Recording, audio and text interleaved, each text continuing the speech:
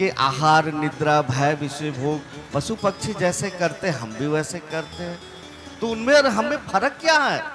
आप फर्क की बात करते हैं, मैं इससे 2 लाइन आगे की बात बोलूंगा। हमसे बहुत अच्छे हैं पशु पक्षी। आहार कोई ले लो, हम लोग कौन क्या खाते हैं? हाँ, पशु पक्षी क्या खाते हैं? जो भगवान ने उन्हें नेचुरल बना दिया। गौ माता के सामने हम हरी हरी घास रख देते, सूखा चारा रख देते। गौ माता कभी मूड ऑफ करती है? रोज रोज यही घास खिला देते हो? नहीं, वो सहस्रों से खाती है। भगवान ने हम लोगों के लिए भी आहार बनाए हैं, फल बनाए हैं, फूल बनाए हैं, तरकारी बनाए हैं, सब्जी। अरे कच्चा नहीं खा सकते, उबाल के खा लो।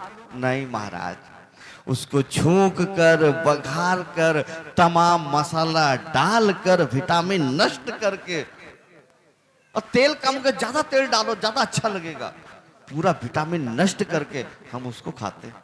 और क्या कहते हैं? वाह क्या लाजवाब बनी है। अब बनाने वाले का हाथ चूम लूं। अब जब हुई डायबिटीज, हाँ, जब हुई हार्ट की बीमारी, डॉक्टर ने कहा बिल्कुल तेल नहीं खाना, बिल्कुल मीठा नहीं खाना। जब गुरुजी ने मना किया था कि देखो भाई, ये रोज कचौड़ी पकौड़ी खाते हो, मत खाया करो, अच्छी चीज नहीं है शरीर के लिए। गुरुजी आप साधु संत, ये उबला आप लोगों ने खाओ, हमें तो गले नहीं उतरती है ना? अब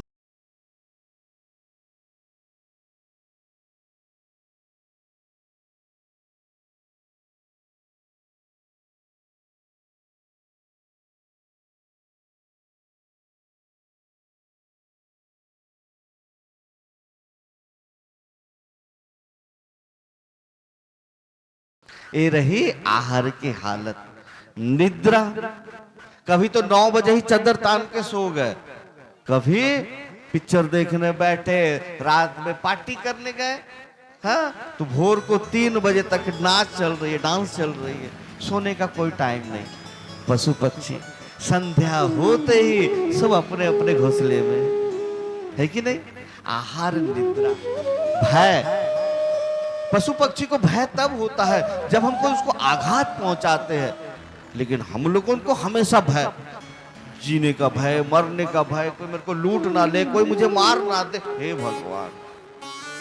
और विषय भोग, पशु पक्षी साल में एक बार विषय भोग करते हैं, और हम मनुष्य अपने 5 इंद्रियों का शब्द स्पर्श रूप रस गंध के विषय को निरंतर ग्रहण करे जा रहे हैं। मन को गंदा, शरीर को गंदा, बुद्धि का अलग हनन हुए जा रहा है।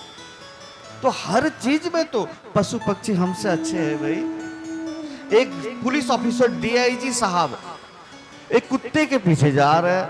अरे आप इतने पढ़े लिखे लोग हो भाई, एक कुत्ते के पीछे क्यों जा रहे हो भाई? ना महाराज, एक कुत्ता बड़ा काम का है, सूंघ कर चोरों का पकता लगा लेता है। देखिए कितनी कमाल है पशु पक्षियों में। हाँ? हम कहते हैं ना सुंदरता, हाँ? सुंदरता तक भगवान ने पशु पक्षी को दी है। कैसे?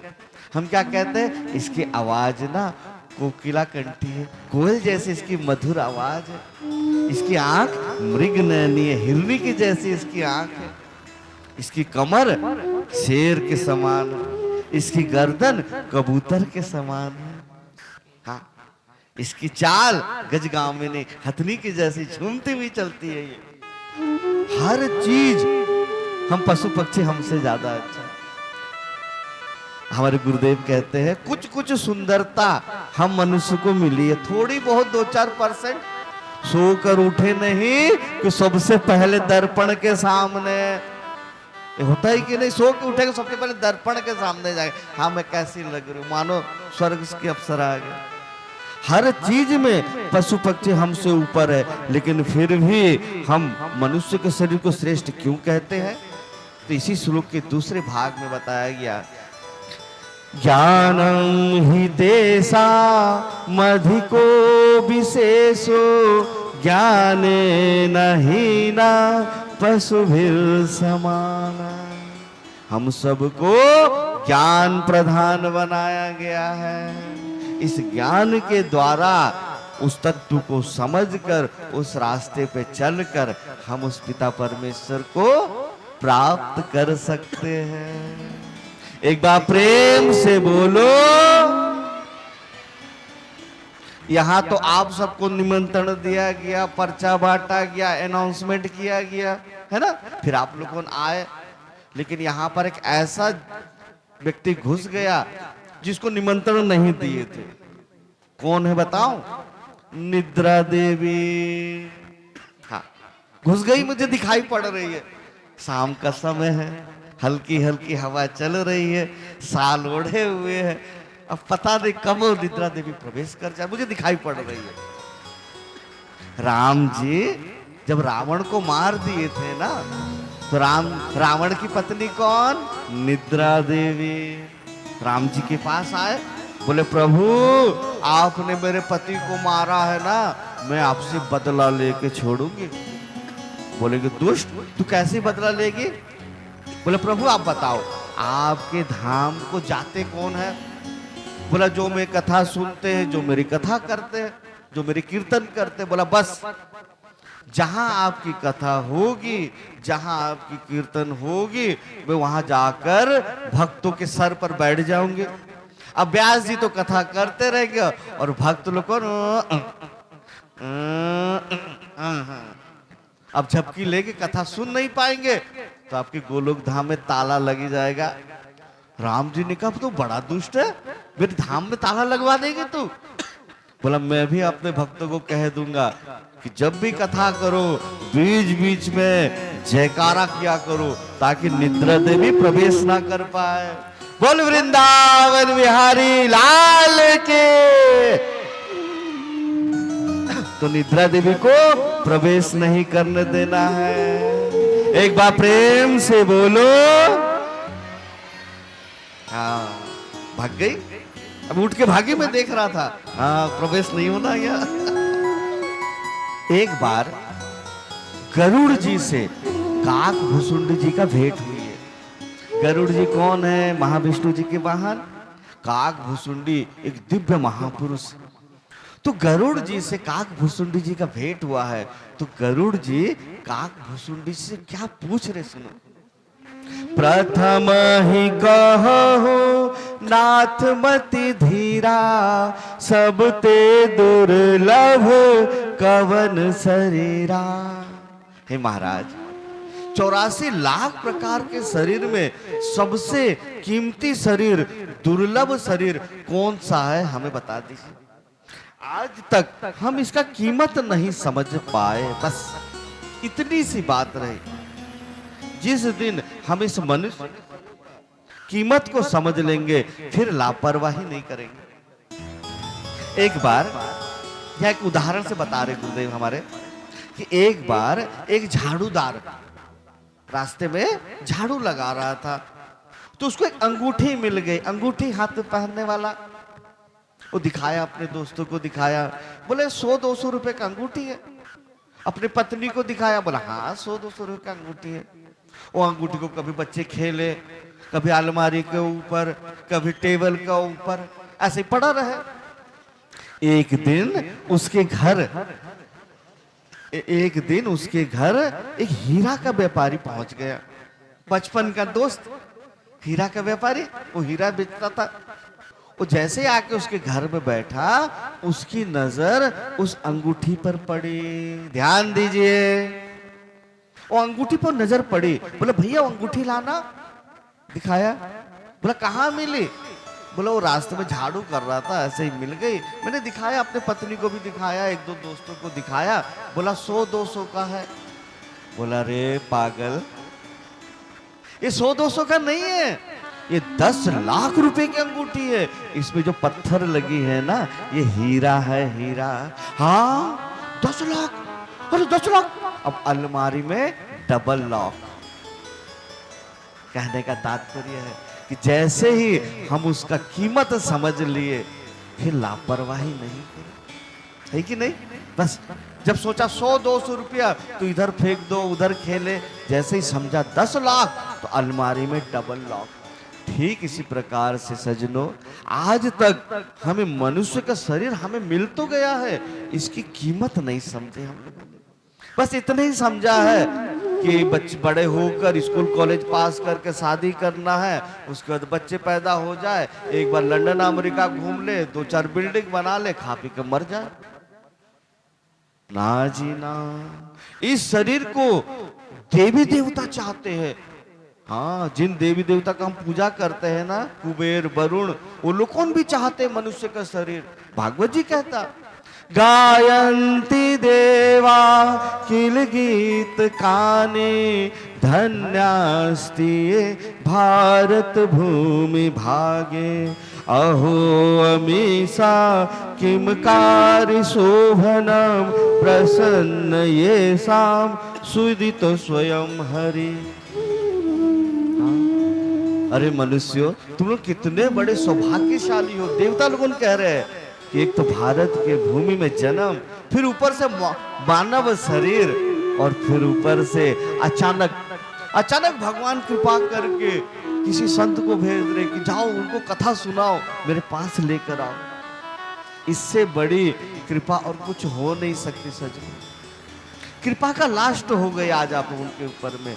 अब एक कृपा हमें खुद पर करना पड़ेगा, किस कथा को सुनकर अपने जीवन में उतारना पड़ेगा। शास्त्र कहता है, भागवत जी कहता है कि इसी साथ भागवत कथा को सुनकर परीक्षित का बेड़ा पार हो गया। इसी कथा को सुनकर धुंधकारी का बेड़ा पार हो गया, तो हमारी बेड़ा क्यों नहीं पार होगी? हाँ, जब उनको कथा सुनकर भगवत प्राप्ति हो सकती है तो हमें क्यों नहीं हो सकती है? हमें भी इसी 7 दिन में भगवत प्राप्ति हो सकती है, भागवत कहती है। लेकिन उसको सुने, अपने जीवन में उतारे, तब जाकर काम बनेगा। हाँ भाई, सुन लिए, ताली बजा लिए, उससे काम नहीं चलेगा।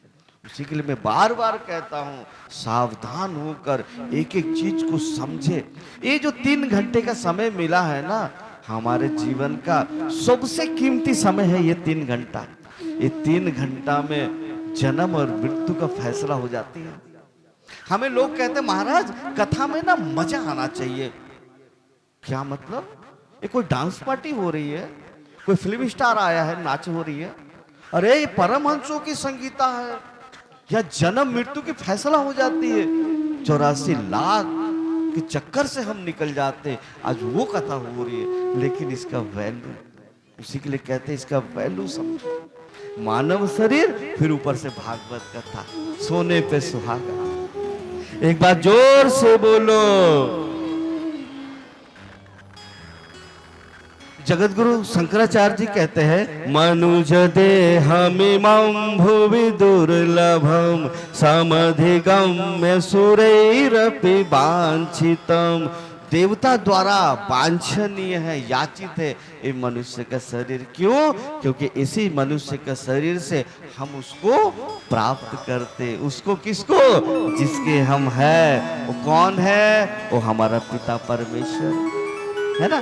तो उनको कैसे प्राप्त किया जाए, उनको पाने का रास्ता क्या है, हम कौन सा रास्ता से चलकर उसको प्राप्त करें, वो रास्ता व्यास जी ने बनाया है, भागवत रूपी रास्ता। ये भागवत एक रास्ता है हमारे लिए। इस रास्ते पे चलकर हम अपने लक्ष्य तक पहुंच जाएंगे। तो आइए भागवत में प्रवेश करने से पूर्व अपने मन वाणी को थोड़ा पवित्र कर ले, उसके बाद में भागवत के महात्मा में हम प्रवेश करेंगे। आइए। ओ आजा आजा रे कन्हाई तेरी याद आई, आजा आजा रे कन्हाई तेरी याद आई, आजा आजा रे कन्हाई तेरी याद आई, तेरी याद आई रे तेरी याद आई, ओ तेरी याद आई रे तेरी ओ तेरी याद आई रे तेरी याद आई, ओ तेरी याद आई रे तेरी याद आई, ओ तेरी याद आई रे तेरी याद आई, ओ तेरी याद आई रे तेरी याद आई। आजा आजा रे, ओ आजा आजा रे, आजा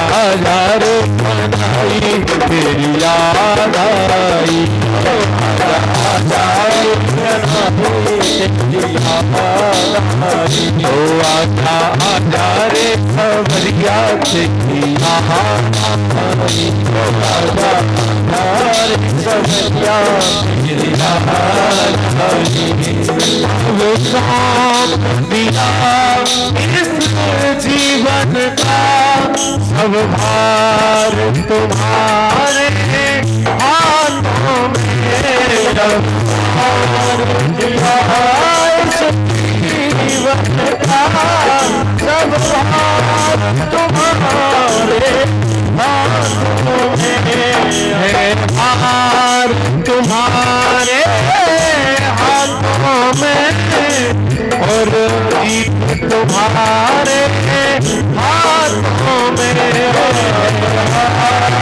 तुम्हारे हाथों में और जीत तुम्हारे हाथों में आजा आजा रे कन्हाई आजा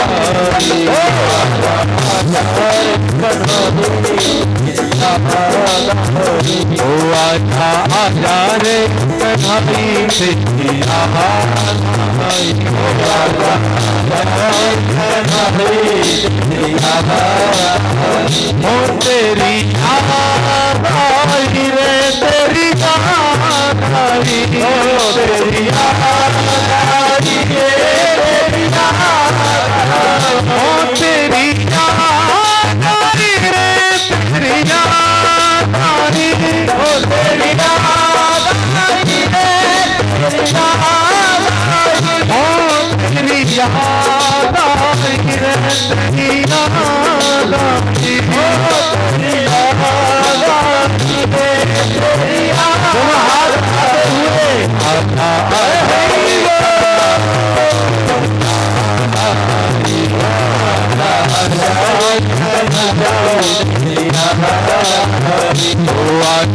आजा रे खबरिया खबरिया देखिया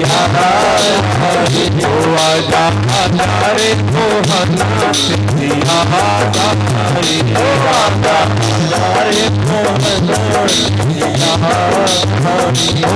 तेरी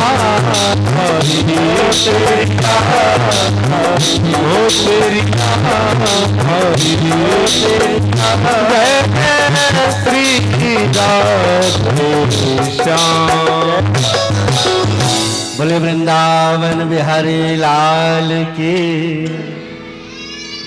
आजा आजा रे कन्हाई तेरी याद आई।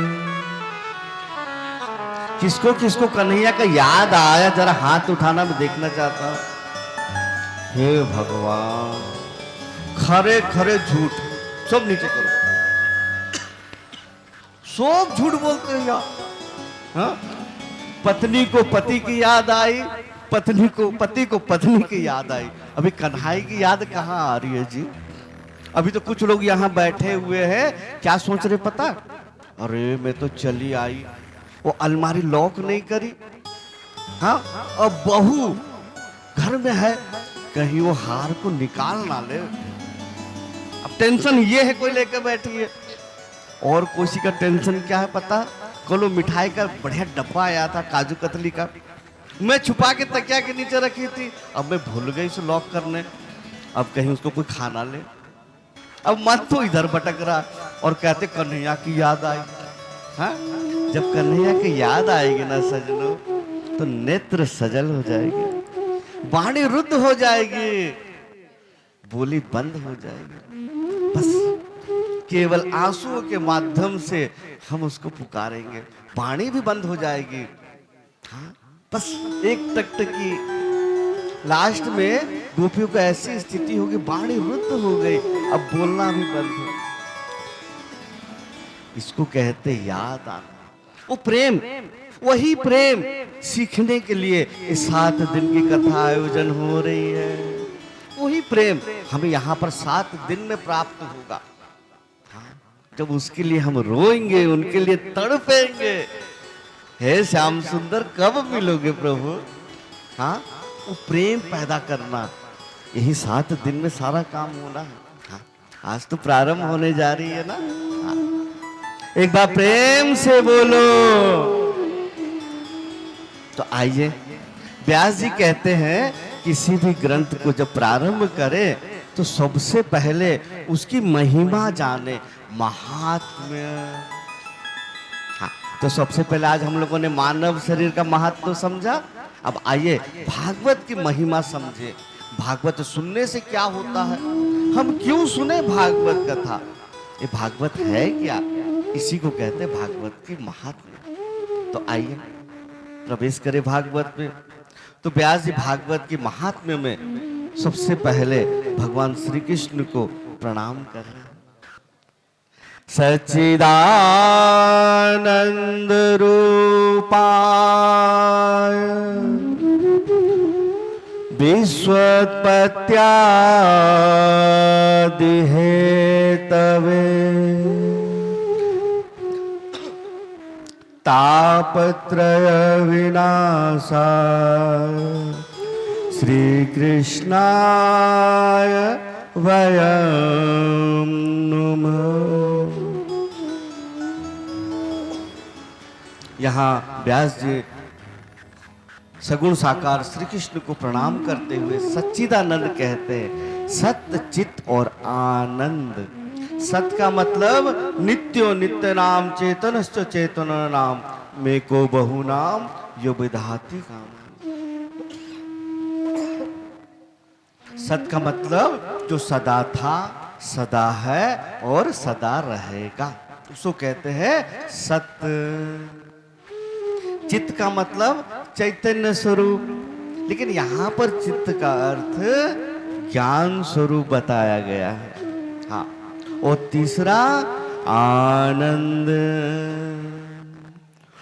जो आनंद सिंधु सुख राशि, जो आनंद सिंधु सुख राशि, जो आनंद सिंधु सुख राशि, जो आनंद सिंधु सुख राशि करते त्रिलोक सुपासी, करते त्रिलोक सुपासी।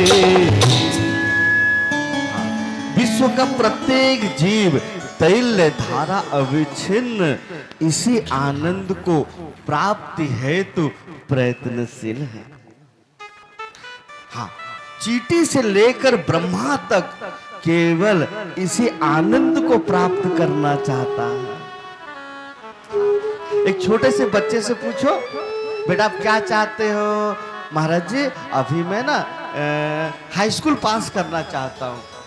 उसके बाद हाई स्कूल पास करके महाराज जी मैं ना बड़ा होकर डॉक्टर बनना चाहती हूँ। बेटा आप डॉक्टर बनना क्यों चाहती हो? ना महाराज जी मैं डॉक्टर बन के ना फिर लंदन जाऊंगी, अमेरिका जाऊंगी।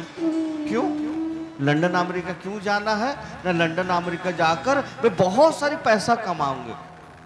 अच्छा पैसा कमा कर क्या करोगी? मैं एक बहुत बड़ा बिल्डिंग खरीदूंगी, BMW 2 करोड़ की गाड़ी खरीदूंगी, एक 3 तला आलीशान मकान बनाऊंगी। क्यों क्यों? इसकी क्या जरूरत है? हम लोग साइंस के स्टूडेंट है ना, तो पूछा जाता है वाह क्यों क्यों कर चाहते हो? तो बिल्डिंग हो जाने के बाद में मैं शादी करूंगी, मेरे बच्चे होंगे, फिर शांति से रहूंगी, खुशी से रहूंगी, पीस से रहूंगी, हैप्पीनेस से रहूंगी। बात समझ में आ रही है? वो बच्चे का लक्ष्य नहीं है लंदन अमेरिका जाना, वो बच्चे का लक्ष्य नहीं है करोड़ों रुपए कमाना, वो बच्चे का लक्ष्य नहीं है बिल्डिंग बनाना, शादी करना, बच्चा करना नहीं। वो बच्चे का लक्ष्य है आनंद पाना। केयर ऑफ इतने चीज इकट्ठा करने पर आनंद मिल जाएगा, ऐसा सोच है। अच्छा सज्जनों, जिसके पास में ये सारा सामान है, भाई पंजाब प्रांत है, यहाँ भी बहुत सारे ऐसे लोग बैठे हुए हैं जो आए दिन लंदन अमेरिका जाते रहते हैं, तो क्या सुख मिल गया? महाराज और टेंशन हो गई, वहां भी यहां भी दोनों तरफ फंस गए हम तो। पहले केवल इंडिया में थे, भारत में तो शांति से थे। अब इधर रुको ना उधर जाओ ना इधर आओ, भटक रहा हूं मैं। हम लोगों को एक भ्रम हो गया है क्या कि संसार के सामान को इकट्ठा कर ले तो मुझे सुख मिल जाएगा। हम भ्रमित हो गए। कैसे? एक व्यक्ति एक मिठाई की दुकान में गया। मिठाई की दुकान में बोला, भाई साहब सेठ जी एक जोड़ी चप्पल दे दो। अब सेठ जी चक्कर में आ गए। बोला मिठाई की दुकान, फिर बोलता एक जोड़ी चप्पल दे दो। तो पूछा, भाई साहब आप कहीं बाहर से आए लग रहे, साउथ से कहीं आए, आपके साउथ में कोई चप्पल नाम का भी मिठाई बन गया है क्या? बोला नहीं नहीं नहीं, वो पैर में पहनने वाला चप्पल चाहिए। अरे भाई साहब अगर पैर में पहनने वाला चप्पल चाहिए तो चप्पल की दुकान में जाओ, है ना? ठीक इसी प्रकार से हमें आनंद चाहिए और इस संसार में ढूंढ रहे हैं। अरे संसार में होगा तो मिलेगा ना। हाँ? दीन कहे धनवान सुखी। जो गरीब लोग होते हैं ना वो सोचते पैसा वाला बड़ा सुखी होंगे। दीन कहे धनवान सुखी, धनवान कहे सुख राजा को भारी। राजा बड़ा सुखी होगा। राजा कहे महाराजा सुखी, महाराजा कहे सुख इंद्र को भारी। इंद्र बड़ा सुखी होगा, स्वर्ग का राजा है भाई। इंद्र कहे चतुरानन को सुख, ब्रह्मा कहे सुख विष्णु को भारी। ब्रह्मा जी भी कहते हैं विष्णु ज्यादा सुखी है हमसे। तुलसीदास विचारी कहे हरि भजन बिना सब जीव दुखारी। बस इस फॉर्मूला को याद रखो सज्जनों। इस संसार के सामान को इकट्ठा कर ले, पूरा ब्रह्मांड को भी अगर आपके नाम में रजिस्ट्री कर देना, फिर भी आपको शांति सुख नहीं मिल सकता। जब तक उस पिता परमेश्वर को नहीं पालेंगे तब तक ऐसे ही भटकते रहेंगे। क्यों? क्योंकि वही सुख है। एक व्यक्ति है, इसको कोई कहता मेरा पति है, कोई कहता मेरा बेटा है, कोई कहता मेरे पिता है। एक ही व्यक्ति है ना, तो उसको हम राम कह ले, कृष्ण कह ले, वाहेगुरु कह ले, चाहे सुख कह ले। बस तो जब तक हम उनको नहीं प्राप्त कर लेते तब तक ऐसे ही भटकते रहे। इस तरह से व्यास जी ने सच्चिदानंद कहकर संबोधित करे हैं। उसके बाद में विश्वोत्पत्त्यादि है तबे, जिसके द्वारा इस संसार की सृष्टि हुई है, जिसके द्वारा संचालन हो रही है, उनको हम प्रणाम करें। किसी ने पूछा कि भाई हम क्यों उनको प्रणाम करें? बोला कारण कि वो हमारे 3 प्रकार के तापों को हरण करते हैं। ताप मतलब दुख कष्ट, 3 प्रकार के कष्ट को वो प्रभु हरण करते। कौन कौन सी? दैहिक दैविक भौतिक तापा। दैहिक दैहिक भौतिक तापा। दैहिक दैविक भौतिक तापा। दैहिक भौतिक तापा। राम राज काहू नहीं जापा। राम राज का नहीं जाता। 3 प्रकार के तापों से, दुखों से, कष्टों से हम निरंतर पीड़ित हैं। कौन कौन सी? पहला है आध्यात्मिक ताप, दूसरा आदि भौतिक ताप और आदि दैविक ताप। ताप मतलब कष्ट। आध्यात्मिक ताप सज्जनों 2 प्रकार की होती है। सब याद रखो, अभी पूछूंगा मैं, सबको पूछूंगा। हाँ, मेरी कथा में लोग क्या करते हैं, महाराज जी पूछते हैं तो जो लिख पढ़ सकते हैं डायरी पेन लाते हैं, नोट करते जाते हैं। हाँ, तो जो भी आप लोगों के बीच से लिख पढ़ सकते हैं डायरी कलम लेके बैठा करो।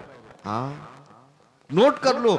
ये नोट्स ना हमारा पूरा जीवन में भर काम आएगा, हम तीन प्रकार से तापों से दुखित है। पहला आध्यात्मिक ताप, आदि भौतिक ताप और आदि दैविक ताप। आध्यात्मिक ताप दो प्रकार की होती है, एक शारीरिक, दूसरा मानसिक। शारीरिक ताप जो हमारे शरीर में बीमारी लग जाती है, कभी बुखार हो गया, कभी डायबिटीज हो गया, अलग अलग प्रकार की बीमारी।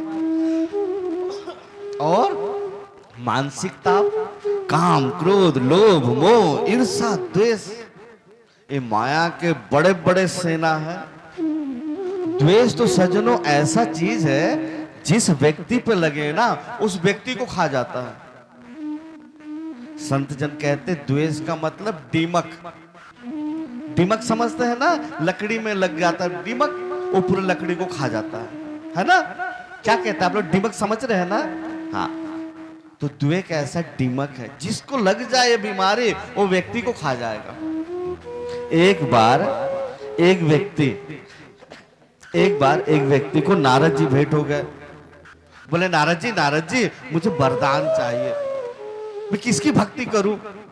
बोले कन्हैया का वहां बहुत ज्यादा भीड़ है। भोले बाबा के या कैलाश में भी बड़ी भीड़ चल रही है बोल बम की। ते काम करो, तुम ब्रह्मा जी की भक्ति करो, ब्रह्मा जी जल्दी प्रसन्न हो जाएंगे, तुम्हें जल्दी वरदान दे देंगे। उन्होंने ब्रह्मा जी की तपस्या करे, ब्रह्मा जी प्रसन्न हो गए।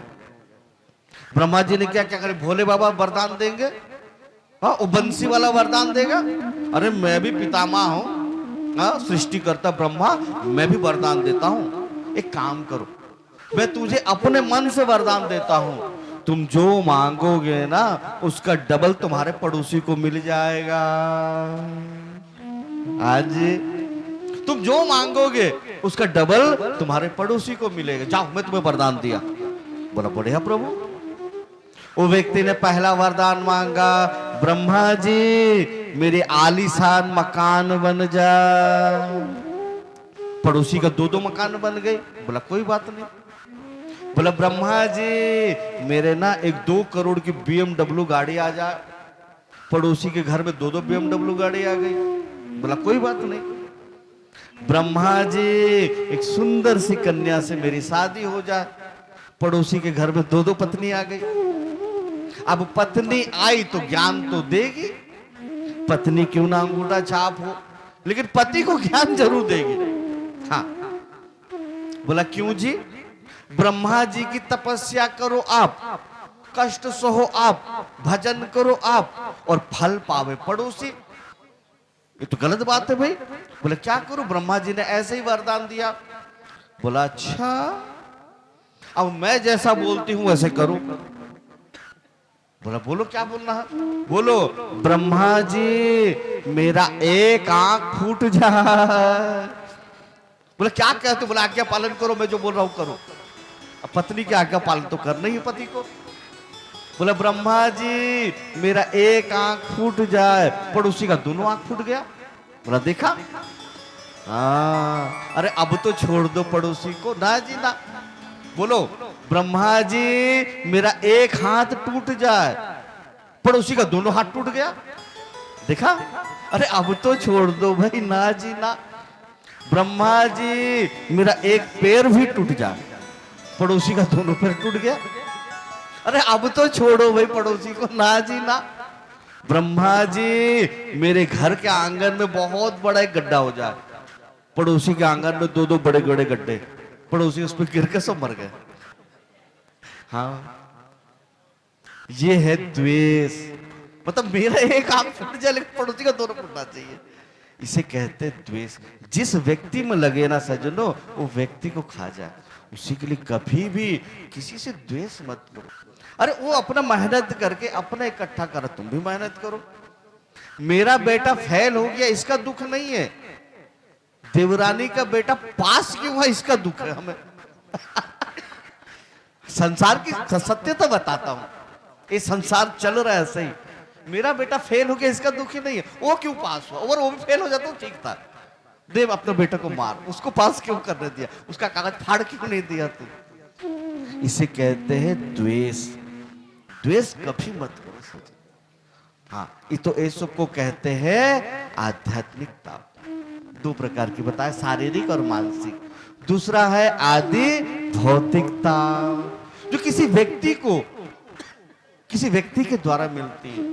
हाँ, जबरदस्ती सत्संग चल रहा है, महाराज ये साउंड ज्यादा है, इसे स्लो करो। हाँ, ऐसे भी होता है ना कभी कभी संसार में। हाँ, जबरदस्ती किसी को परेशान करना, किसी को झूठी गवाही देके फंसा देना, ये सब आदि भौतिकता। रास्ता से जा रहे थे, खामों का कुत्ते ने काट लिया, जबरदस्ती का कष्ट मिला, ये सब कष्ट को कहते हैं आदि भौतिकता। और तीसरा आदि दैविकता। दैविकता किसे कहते हैं? जो मौसम से मिलती है। अभी कुछ साल पहले इतनी बारिश हुई, उत्तरांचल पूरा बह गया है ना। अभी ठंड में इतनी ठंड हुई, कई लोग मर गए।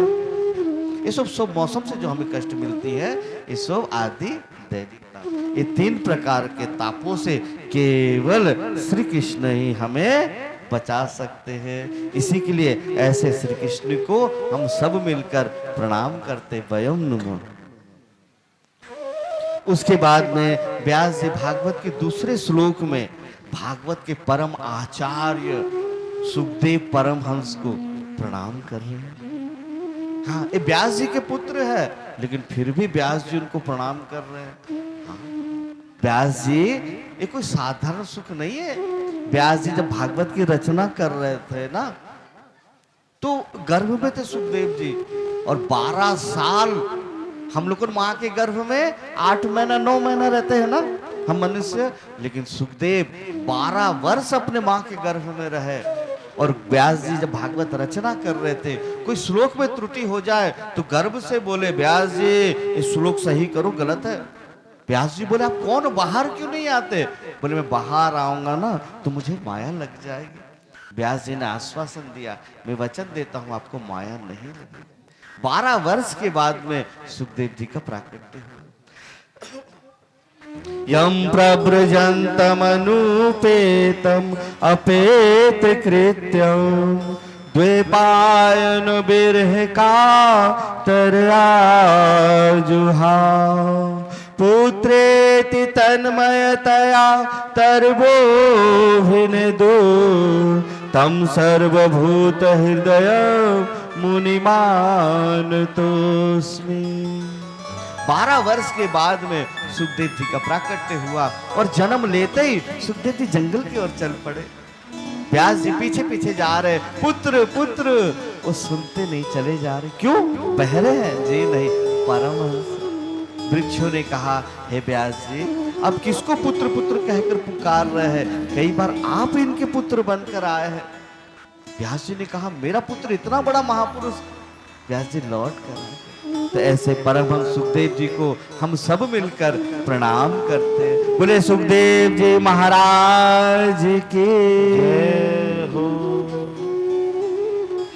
आज हम सब इस पंजाब के इस छोटे से गांव में इस माता रानी के दरबार में बैठकर सत्संग कर रहे हैं, है ना। ठीक इसी प्रकार से नैमिषारण्य में 88,000 ऋषिगण नित्य सत्संग करते। हाँ, एक बार 88,000 ऋषियों ने संकल्प लिया, क्या? कि जब तक हमें गोविंद की प्राप्ति ना हो जाए ना, तब तक हम सत्संग करेंगे। जैसे यहां भी कथा होने का संकल्प हुआ। कैसे? विनोद जाए बोले, महाराज पूरा संकल्प करता हूं, कथा होगी होगी होगी। एक परिवार ने मेहनत किया, अपने दोस्तों को जोड़े, धीरे धीरे धीरे धीरे धीरे धीरे आज देखो कथा प्रारंभ हो गई। हाँ, ऐसे संकल्प होती है। तो 88,000 ऋषियों ने संकल्प लिया, क्या? कि हम तब तक सत्संग करेंगे जब तक हमें गोविंद की प्राप्ति ना हो जाए। सब मिलकर ब्रह्मा जी के पास गए, ब्रह्मा जी से कहा। ब्रह्मा जी अति प्रसन्न हुए। ब्रह्मा जी ने मन से एक चक्र बनाकर छोड़ दिए। बोला, एक निमिष में ये जहां पर जाकर गिरेगा उसी स्थान का नाम होगा नैमिषारण्य। एक निमिष मतलब एक क्षण का 3 भाग का एक भाग को एक निमिष कहते हैं। तो उसी नैमिषारण्य में 88,000 ऋषिगण नित्य सत्संग कर रहे हैं। आज उन्हीं संतों के मध्य में एक युवा संत सूत जी महाराज बोलिए सूत जी महाराज की। हो। ये सूत जी महाराज कौन है महाराज? व्यास जी के परम प्रिय शिष्य और सुखदेव जी के गुरु भाई। आज सूत जी महाराज का आगमन हुआ है नैमिषारण्य में। समस्त ऋषिगण खड़े होकर सूत जी को स्वागत कर रहे, उनको चरण पकड़ रहे, स्पर्श कर रहे, प्रणाम कर रहे। सूत जी कहते हैं, मैं तो छोटा सा बालक हूँ, आप लोगों ने हजारों वर्षों की आयु वाले लंबे लंबे जटाधारी बाबा मुझे क्यों प्रणाम करते हो? संतों ने कहा, हे सूत जी महाराज, कोई ज्ञान, कोई बल में बड़ा होता है, कोई आयु में बड़ा होता है, कोई धन में बड़ा होता है, लेकिन वास्तविक बड़ा तो हम उसे मानते हैं जो ज्ञान में बड़ा हो। तो आप जैसे तेजस्वी ज्ञानी संत को पाकर हमारा जीवन धन्य हो गया। सूत जी महाराज को हाथ को पकड़कर व्यास आसन पर बिठाया। आज सूत जी महाराज के हाथों को पकड़कर व्यास आसन पर बिठाए और पूछ रहे कि महाराज अगर आपकी आज्ञा हो तो हम आपसे कुछ प्रश्न करना चाहते हैं। क्या? अज्ञान ध्वांत विध्वंस कोटि सूर्य समाप्रभा सुताख्यायी कथा सारम मम करुण रसायन। सूत जी महाराज, आप करोड़ों सूर्य के समान तेजस्वी आपकी ज्ञान है। महाराज हमारा एक छोटा सा प्रश्न है। क्या? महाराज हमने ना जीवन में बहुत सारी कथा सुन रखी है, हम महाराज अब कथा सुनना नहीं चाहते, हम अब कथा सुनना नहीं चाहते, हमें तो बस छोटी सी एक बात का उत्तर हमें दे दीजिए कि उस गोविंद को पाने का सरल उपाय क्या है? हम ऐसा कौन सा साधना करें जिसके द्वारा गोविंद को पाले सरकार? ऐसा कौन सा जप करूं, ऐसा कौन सा कीर्तन करूं जिसके द्वारा इस गोपाल को प्राप्त करूं? अब मैं कथा सुनना नहीं चाहता, श्याम मिलन की राह बता दो सूत जी। देखिए आज सूत जी से संत जन क्या प्रश्न कर रहे हैं। हम सब भी संतों के पास जाते हैं और क्या प्रश्न करते पता है? महाराज जी वो मेरा ना दुकान नहीं चल रहा, तो कोई विभूति दे दो, कोई ताबीज दे दो तो मेरा दुकान चल जाए। संत जन कहते हैं, महाभारत में वर्णन आती है, संतों का संग और अन्न का कण कभी बर्बाद मत करो। एक घड़ी आधी घड़ी, आधी में पुनि आध, तुलसी संगत साधु के। एक घड़ी में आधी घड़ी, आधी में पुनि आधी। अगर इतना भी अगर किसी संत के संग अगर हम सही सही से कर लिए तो हमारा काम बन जाता है। तो उसी के लिए संतों के पास जाओ तो यही प्रश्न लेके जाओ, ऐसे फालतू के प्रश्न लेके मत जाओ कि महाराज जी कोई विभूति दे दो कि मेरा बेटा पास हो जाए। हाँ, सूत जी महाराज से जैसे ही प्रश्न पूछे, सूत जी महाराज के नेत्र सजल हो गए। सूत जी महाराज रो पड़े, उनके आंसू बहने लगे और सूत जी कहे गए, काल ब्याल मुख ग्रास, त्रास निर्णास हेतवे, श्रीमद् भागवतम शास्त्रम कोलोकीरेण भासित। एक बात बोलूं सज्जनों, हम सब ना एक अजगर के मुख पर बैठे हैं, किसी को कोई खबर नहीं है, पता है? तीनों लोक में एक बहुत बड़ा अजगर सांप घूम रहा है। काल ब्याल मुख ग्रास, स्वर्ग लोक में, मृत्यु लोक में, पाताल लोक में एक अजगर मुंह खोल के घूम रहा है और हम सब उसके मुख पर बैठे हैं। हम सब उसके मुख पर बैठे हैं, पता नहीं वो अजगर कब अपना मुख बंद कर दे और हमारा राम नाम सत्य हो जाए। तन का भरोसा नहीं, गोविंद राधे, जाने कब काल तेरा टिकट कटा दे। ऐसे अजगर के मुख पर हम बैठे हैं, पता नहीं अजगर कब मुख बंद कर दे और हमारा राम नाम सत्य हो जाए। इस शरीर का एक क्षण का भरोसा नहीं। बच्चा पैदा हुआ, रोया, वहां मर गया। मेरा बेटा आयस बन गया, मेरा बेटा आयस बन गया, आ रहा था पापा मैं आयस बन गया, गाड़ी आया माया मर गया। अभी 2-4 दिन पहले मुझे कोई न्यूज बता रहा था, बोला महाराज जी शादी का फेरा ले रहा था, शादी का फेरा लेते लेते हार्ट अटैक हुआ, खत्म हो गया। हाँ, ये है हमारा जीवन। हाँ, उसी के लिए सज्जनों समय रहते ही अपने लक्ष्य को प्राप्त कर लो। अगर एक बार शरीर छिन गया ना, सिर धुनि धुनि पछतात, काल ही कर्म ही ईश्वर ही मिथ्या दोष लगा। एक बार एक सेठ जी, बड़ा आलीशान मकान, 3 तल्ला बिल्डिंग, दरवाजे में 2-2 दरवान खड़े हैं मूछ वाले लठ लेकर। आज गौतम बुद्ध अपने शिष्यों को बोले, अरे बच्चों चलो चलो मुझे एक सेठ जी के पास जाना है। शिष्यों ने बोले, मेरे गुरुदेव गौतम बुद्ध इतने बड़े बैरागी, ये सेठ जी के पास क्यों जा रहे? नहीं नहीं गुरु आज्ञा है, चलो। सब मिलकर गए सेठ जी के घर। दरबान भैया मुझे ना सेठ जी से कुछ बातें करना है।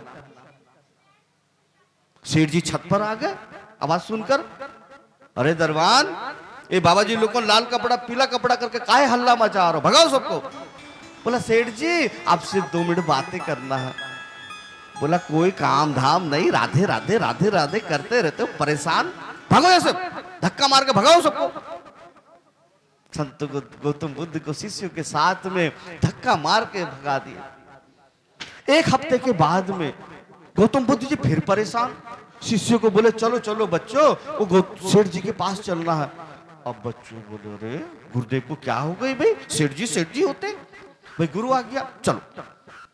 इस बार फिर सेठ जी आपसे 10 मिनट बहुत जरूरी बात करना है, मेरे पास टाइम नहीं है, टाइम।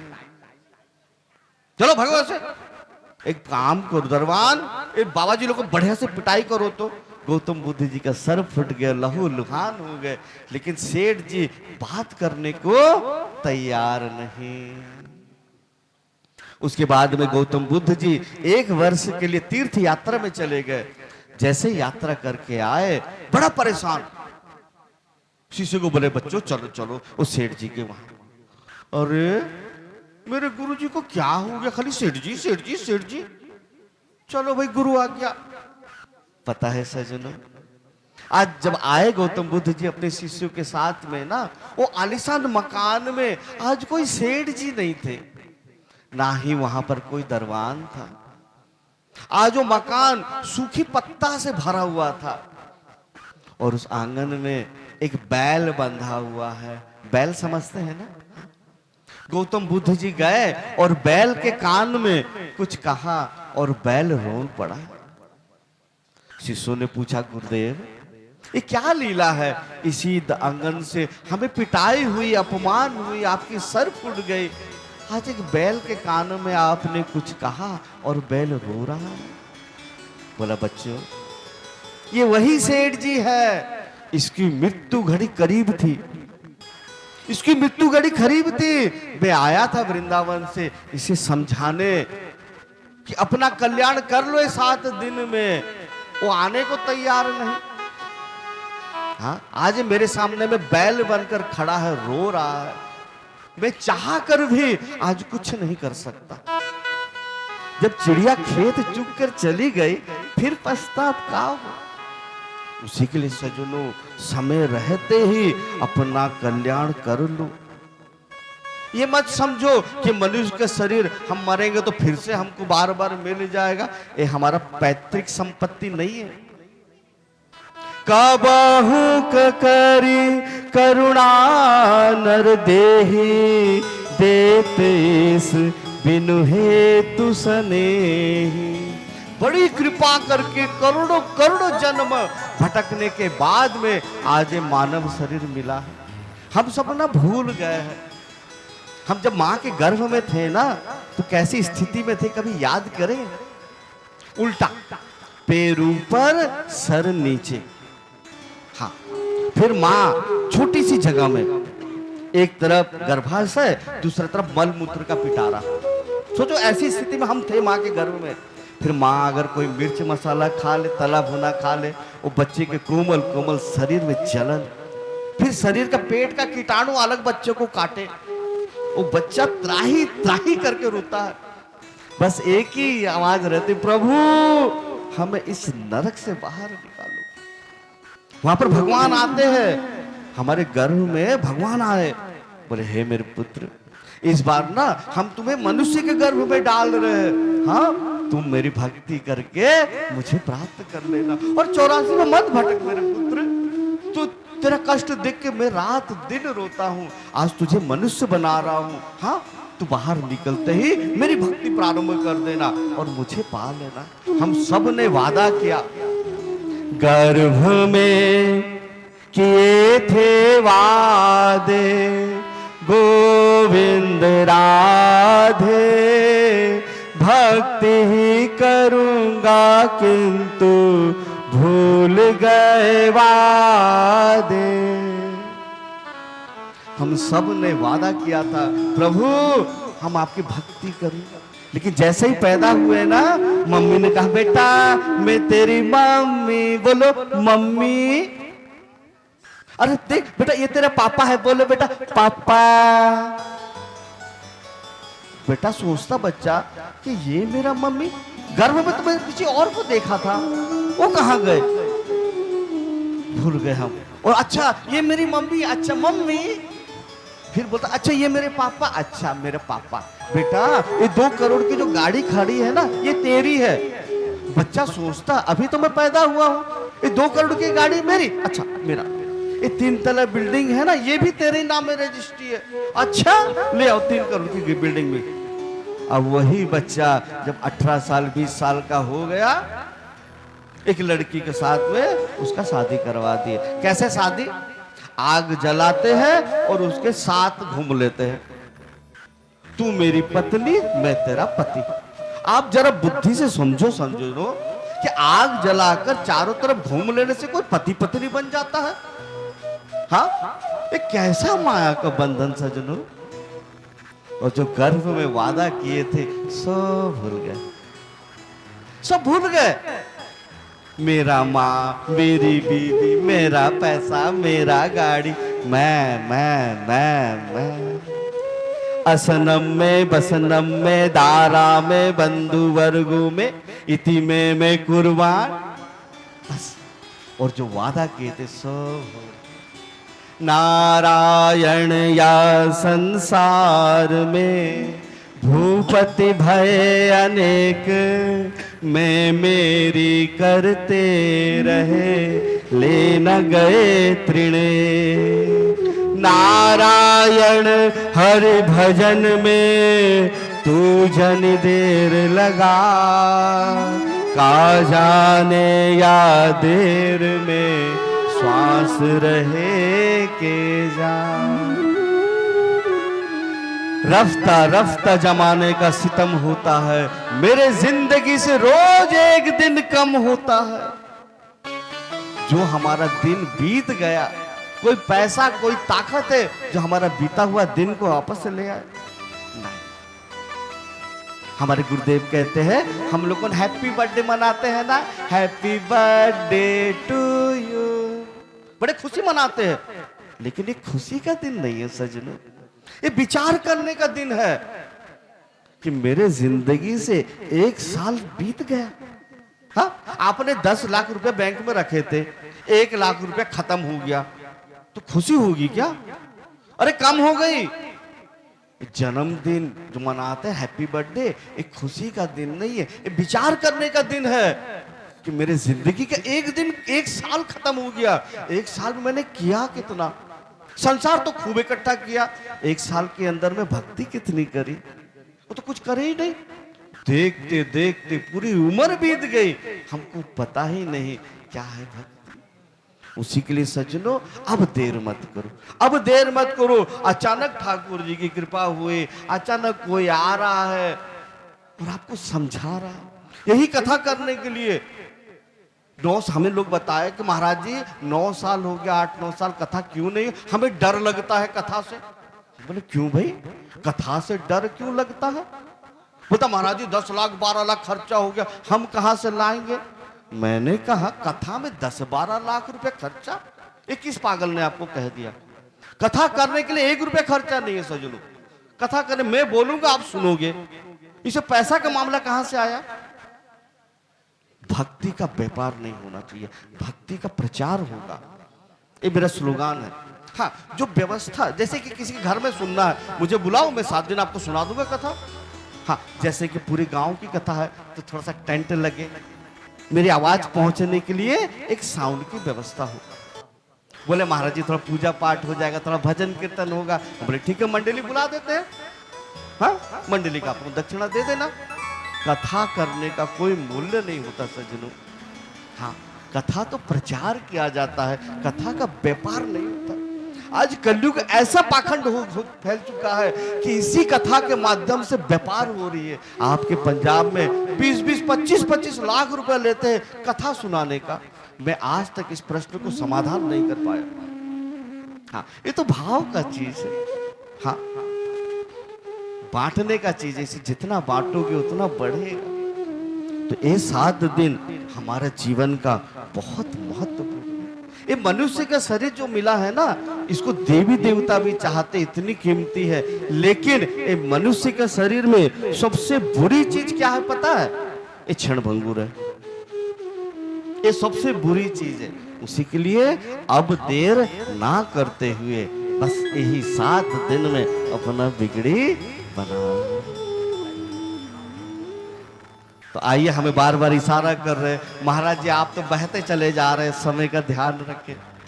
हाँ, तो समय हो गया है। और एक चीज कि देखिए सजनों, ये जो कथा हो रही है, हाँ, कैसे प्रारंभ हुई?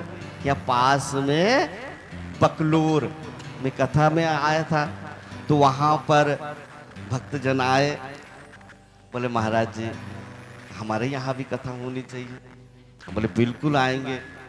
फिर उन्होंने अपने सबको जोड़े, ग्रुप को जोड़े, धीरे धीरे सिलसिला बढ़ी, प्रचार हुआ, बैनर बना, अनाउंसमेंट हुआ, कई दिन से कार्यक्रम चल रहा था। हाँ, और आज उसी का फल स्वरूप आप सब यहाँ पर बैठे हुए। तो सबसे पहले उन भक्तों को हम ताली बजाकर व्यास आसन से धन्यवाद देते हैं कि उनके माता पिता धन्य हैं, उनके परिवार धन्य है, को जो ऐसे सपूत को जन्म दिए, जो इतनी बड़ी श्रीमद् भागवत कथा का भार को अपने संगत के साथ में उठाए हुए। हाँ, इन्होंने अपना पूरा कर्तव्य करे। बोले महाराज जी भंडारा भी होना है। हम बोले भैया देखो, इतनी अगर डर है तो भंडारा को रहन दो, ऐसे ही कथा कर। बोला नहीं नहीं महाराज जी, भक्त जन आएंगे और बिना भंडारा खाए जाएंगे, अच्छा नहीं लगेगा। हम कोशिश करेंगे महाराज जी, खूब मेहनत करेंगे, घर घर जाके भिक्षा मांगेंगे, लेकिन कथा होगी। सोचो, इतनी भंडारा का भी व्यवस्था भक्त जन करे, हम उनको भूरी भूरी ताली बजाकर उनको धन्यवाद देते गुरु को।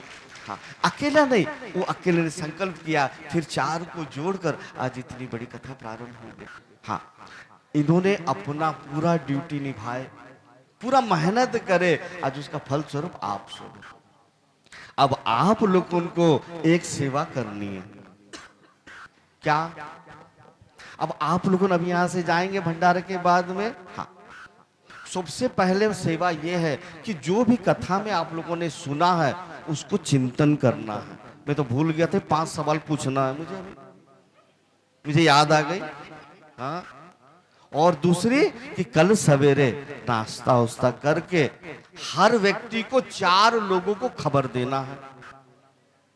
हाँ, ये आप लोगों को सेवा दे रहा हूं मैं, व्यास मन से एक सेवा आप लोगों को छोटी सी दे रहा हूं। अपने आस पड़ोस में 4 व्यक्ति को जरूर खबर दीजिए, भाई आओ, महाराज जी थोड़ी ना कुछ मांग रहे, वो तो प्रचार कर रहे हैं, चलो हम भी कथा सुन के आएंगे, कुछ ना कुछ तो मिलेगा ही। हाँ, फिर भंडारा का व्यवस्था है तो रोटी बनाने का भी झमेला नहीं है ना। तो आप सबसे मेरा प्रार्थना है कि 4 लोगों को आप जरूर खबर दें। मेरी बात से सहमत है आप लोगों? खबर देंगे ना? हाँ, सबको, ताकि हम चाहते हैं कि एक कथा कई सालों के बाद हुई है, अधिक से अधिक लोग इसका लाभ ले। पता नहीं ठाकुर जी की कृपा फिर कब हो, कल का कोई भरोसा है क्या? कल क्या होगा किसको पता? हम ही रहे ना रहे, उसी के लिए जो अच्छा काम होता अधिक से अधिक इसका लाभ ले ले, बस यही मेरा भाव है। हाँ, तो आप सबसे मेरा प्रार्थना है कि अपने आस पड़ोस को खबर दीजिए, कल पंडाल पूरा पैक होना चाहिए। हाँ, ये सब आप लोगों का दायित्व है भाई। हाँ, तो आइए बस 5 मिनट मैं 5 सवाल पूछ लूं, अब देखते हैं कौन कौन क्या लिखा। दीपू भाई डायरी पेन रख लो। हाँ। पहला सवाल, पहला सवाल, हम 3 प्रकार के तापों से, कष्टों से दुखी है, कौन कौन सा ताप? बोलो, खड़े होकर कोई भी बोलिए भाई, नंबर मिलेगा, प्राइज मिलेगा। जल्दी जल्दी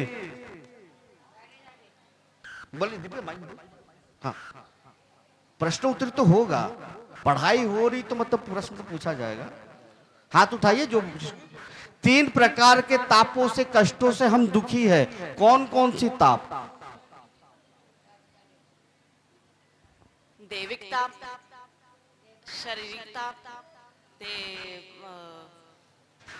बौद्धिक ताप।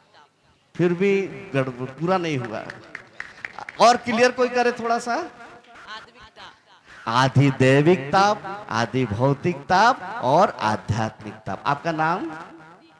दीपू है, नाम लिख के रखो। हाँ, सब ना, जिसका अधिक से अधिक जो सबसे उत्तर देगा उसको मैं प्राइज भी दूंगा। अच्छा, दूसरी प्रश्न, ये मनुष्य के शरीर को देवी देवता चाहते हैं, क्यों?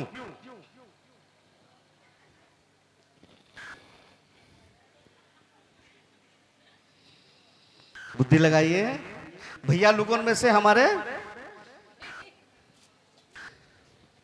बोलिए बोलिए। एक क्लास चल रही है, पढ़ाई चल रही है, 5 सवाल मैं रोज पूछूंगा। देवी देवता भी मनुष्य के शरीर को चाहते हैं, क्यों? मुक्ति के लिए। उनका बोलो भैया, बोलो बोलो। मुक्ति, मुक्ति के लिए। मुक्ति के लिए नहीं, देवी देवता इस शरीर को चाहते। मुक्ति, मुक्ति बहुत छोटी चीज है, मुक्ति से बहुत ऊपर चीज है, वो आप लोगों को बताऊंगा। भक्ति के लिए, हाँ, क्योंकि हम मनुष्य शरीर ही भक्ति कर सकते हैं और कोई भक्ति नहीं कर सकता। हाँ, ताली बजाओ भाई। नाम लिख लो, नाम। नाम किसने बोला ये चीज? हाँ, डायरी मेंटेन करे दीपू या पूरा?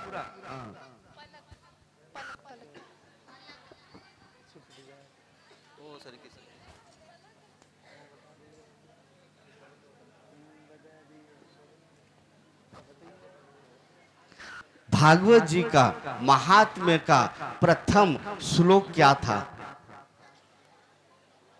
ये तो बहुत सरल है।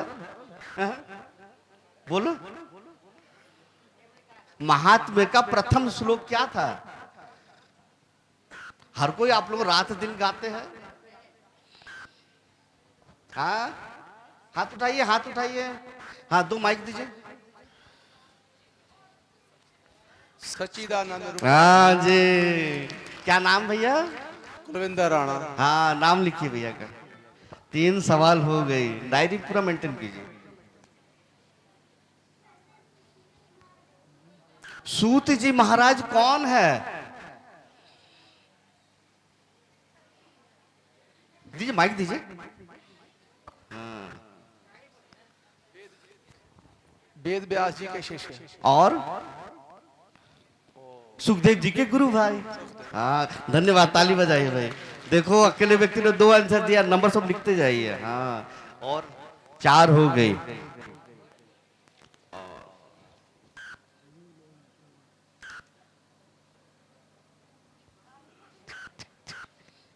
नैमिषारण्य का नाम नैमिषारण्य क्यों पड़ा?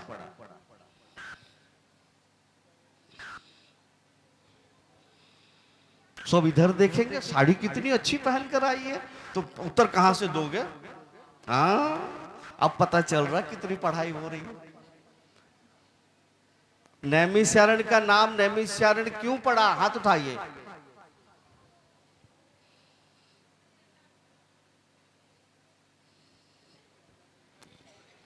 जल्दी जल्दी, कोई भी नहीं?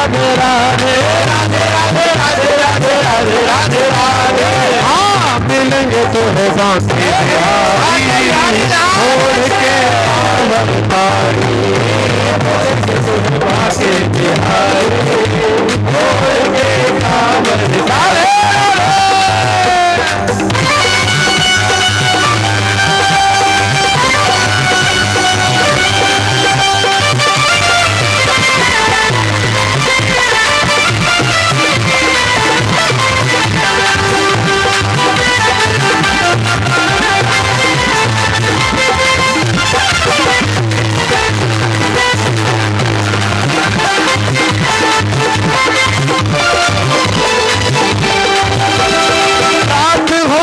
हम श्री यमुना जी नहाएंगे यमुना जी नहाएंगे रात होत हम श्री यमुना जी नहाएंगे रात होत श्री यमुना जी नहाएंगे दर्शन करके जीवन सफल बनाएंगे दर्शन करके जीवन सफल बनाएंगे तेरे बिगड़े बन जाएगा तेरे बिगड़े बन जाएगा बसे जब राधे राधे राधे राधे राधे राधे राधे राधे राधे राधे नाम मिलेंगे बांके बिहारी ओढ़ के सांवर सारी बांके बिहारी ओढ़ के सांवर सारी राधे राधे राधे राधे राधे राधे राधे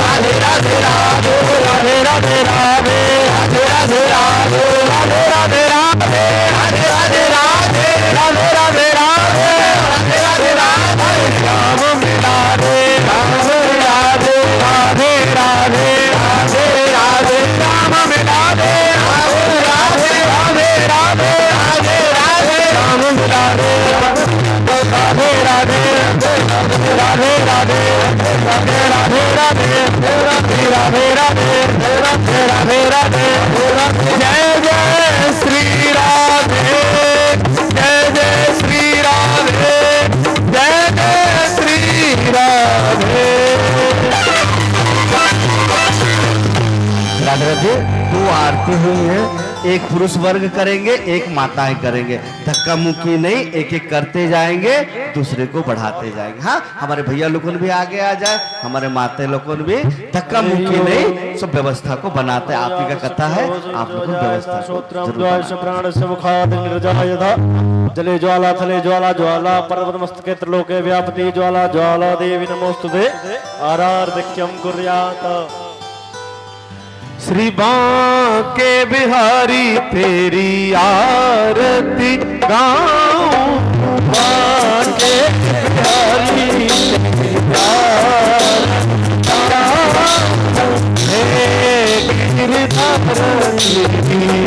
आरती गाऊं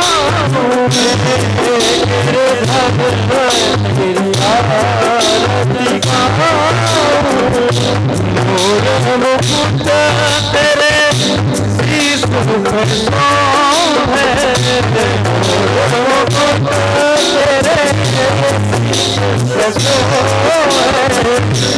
हरी मुरलिया मेरा मन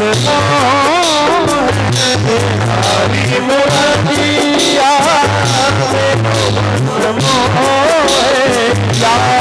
बंसी पे बली बली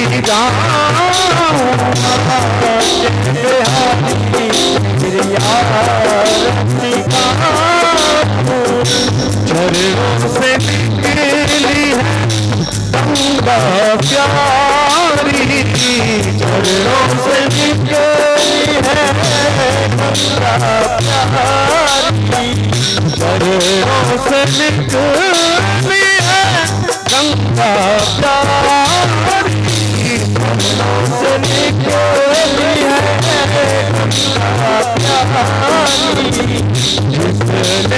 सारी दुनिया तारी तुझसे सारी दुनिया तारी ओ मेरे चरणों को मैं शीश झुकाऊं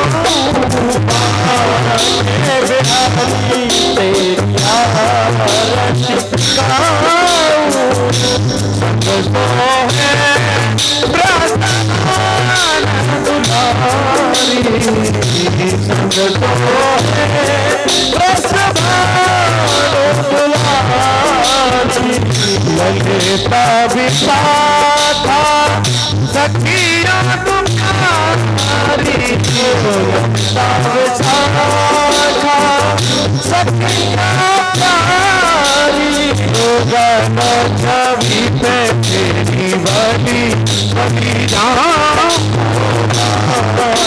बिहारी तेरी आरती गाऊं आशु सदा में वृंदावन गाऊं सदा में वृंदावन गाऊं हे गिरिधर तेरी आरती गाऊं हे गिरिधर तेरी आरती गाऊं पूरे मोरम राम दानम कारकारम सदा वसंतम